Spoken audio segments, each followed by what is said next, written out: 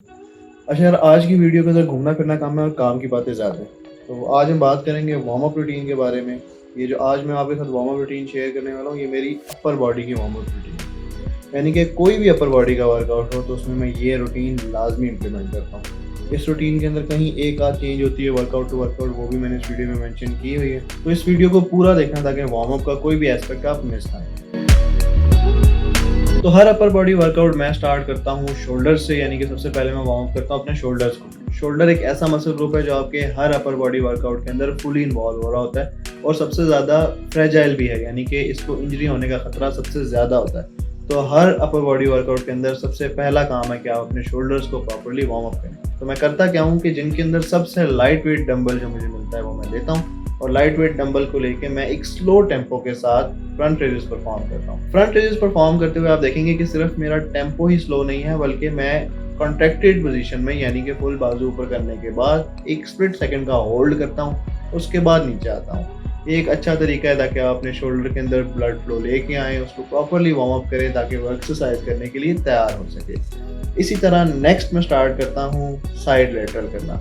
Side lateral भी मैं इसी तरह सबसे कम तरीन वेट के साथ स्लो टेम्पो के साथ और ऊपर पॉज करके मैं लगाना शुरू करता हूँ, और मैं करता हूँ इसके भी 8 to 12 रेप्स के बीच में। यूजुअली 10 to 12, जितने ज़्यादा रेप्स वार्म अप में हो उतना ही बेहतर है। तो इन दो एक्सरसाइजेस को कंप्लीट करने के बाद देन नेक्स्ट मैं मूव कर जाता हूँ towards dumbbell press. Dumbbell press same formula, slow tempo ऊपर लेके जाते हुए होल्ड करना है एंड देन स्लोली वापस लेके आना है। 10 to 12 रेप्स आपने परफॉर्म करने हैं। And last but not the least, most important, rare dealt. Rare dealt भी आप सेम चीज़ परफॉर्म करेंगे कि आप बेंड होके जिस तरह से आप रेयर डेल्ट की एक्सरसाइज परफॉर्म करते हैं बिल्कुल उसी तरह से होगा। क्या 10 से 12 रेपिटेशंस स्लो टेम्पो के साथ और कॉन्ट्रैक्टेड पोजीशन में आपने एक स्प्लिट सेकंड के लिए होल्ड करना। इस तरह से आपके शोल्डर्स तो हो गए वार्म अप। अब आप थोड़ी सी डायनामिक स्ट्रेचिंग कर सकते हैं, थोड़े से बाजू घुमा सकते हैं ताकि थोड़ा सा ब्लड फ्लो और बेहतर हो जाए। Then what's next? हर अपर बॉडी वर्कआउट में शोल्डर के बाद ऐसा कौन सा मसल है जो लाजमी इन्वॉल्व हो रहा होता है? वो है आपके आर्म्स, बाइसेप या ट्राइसेप, आपकी किसी भी, बेशक आप बेंच प्रेस कर रहे हैं, डंबल प्रेस कर रहे हैं, आप पुलअप्स कर रहे हैं, व्हाटएवर, शोल्डर प्रेस कर रहे हैं, कोई भी अपर बॉडी वर्कआउट करते हुए आपके आर्म्स इन्वॉल्व होते हैं। तो नेक्स्ट जिस चीज़ का वार्म अप मैं स्टार्ट करता हूँ वो है मेरे आर्म्स, यानी कि पहले मैं बाइसेप का वार्म अप करता हूँ, simple dumbbell bicep curls. Bicep curls same formula, slow tempo के साथ 10 से 12 रेपिटेशंस, और उसके बाद मैं मूव कर जाता हूँ नेक्स्ट एक्सरसाइज पे जो है हमारी tricep dumbbell kick backs. Kick backs के लिए भी same formula, 10 to 12 reps slow और कंट्रोल्ड रेपिटेशंस के साथ, ताकि आपके मसल्स के अंदर ब्लड फ्लो बेहतर हो सके और वो एक्सरसाइज करने के लिए तैयार हो जाए।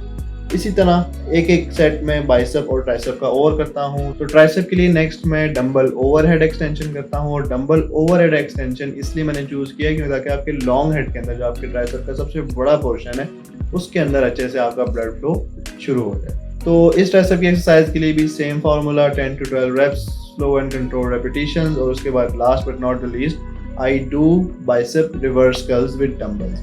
रिवर्स कर्ल्स का मकसद ये है कि आपके फोर आर्म्स के मसल भी अच्छी तरह वार्म अप हो जाते हैं, इससे ब्रैंकियालिस जो आपका मसल होता है वो भी वार्म अप हो जाता है, और उसके अलावा आपके बाइसेप्स को भी एक एक्स्ट्रा किक मिल जाती है। तो ये हो गया हमारा शोल्डर्स का वार्म अप और हमारा आर्म्स का वार्म अप। ये दोनों वो हैं जो आपने हर अपर बॉडी रूटीन, चाहे आप शोल्डर कर रहे हैं, चाहे आप चेस्ट कर रहे हैं, चाहे आप बैक कर रहे हैं, चाहे आप आर्म्स कर रहे हैं, आपने लाजमी परफॉर्म करना है। अब इसके बाद आप वर्कआउट करने के लिए 100% रेडी नहीं हुए। एक दो चीज़ें हमें और देखनी है जो आपकी वर्कआउट टू वर्कआउट डिफर करेंगी। तो फॉर एग्जांपल अगर मैं अपनी बैक ट्रेन करने लगा हूँ तो ये मैं एक एक्सरसाइज परफॉर्म करता हूँ जिस तरह से आप पुल डाउन्स करते हैं बिल्कुल उस तरह से, लेकिन जस्ट अपने स्कैपुला की मूवमेंट, यानी अपने शोल्डर को फुल बाहर की तरफ लेके जाना एंड देन वापस अपने स्कैपुला को रिट्रैक्ट करना।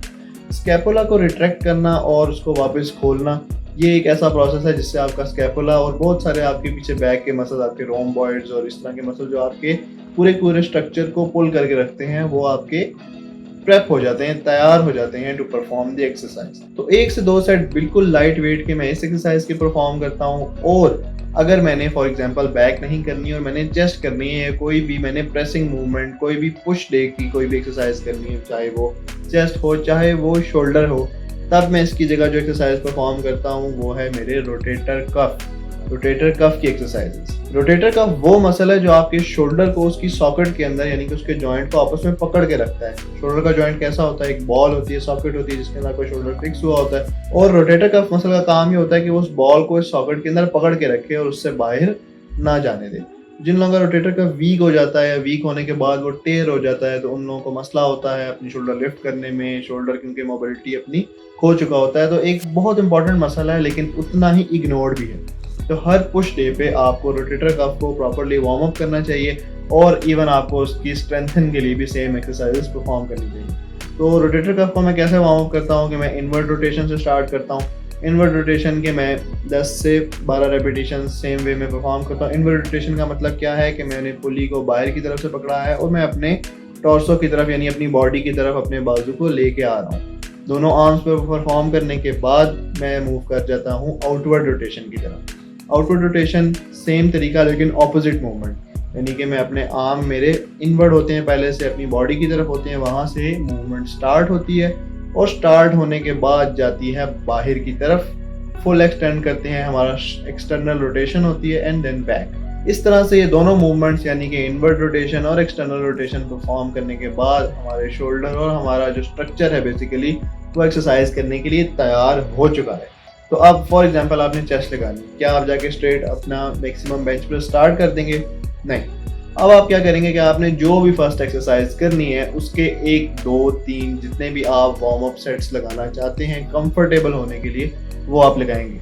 मेरा तरीका क्या है कि फॉर एग्जांपल मैं कोई भी एक्सरसाइज करना चाहता हूँ, whether it's bench press, whether it's shoulder press, जो भी एक्सरसाइज है मैं उसके 2 लाइट वेट सेट्स करता हूँ अराउंड 15 रेपिटेशंस के। एक बिल्कुल लाइट, एक उससे थोड़ा सा मॉडरेट, और फिर मैं अपने वर्किंग सेट स्टार्ट करता हूँ। लेकिन ज़्यादातर लोग अब क्या करते हैं, वो अपना वर्कआउट स्टार्ट ही यहाँ से करते हैं कि जो भी एक्सरसाइज उन्होंने पहले परफॉर्म करनी है उसके 2 लाइट वेट सेट लगाते हैं या एक वाइड लाइट वेट सेट लगाते हैं और उसके बाद वो डायरेक्टली मूव कर जाते हैं अपने प्रॉपर वर्किंग सेट्स पे।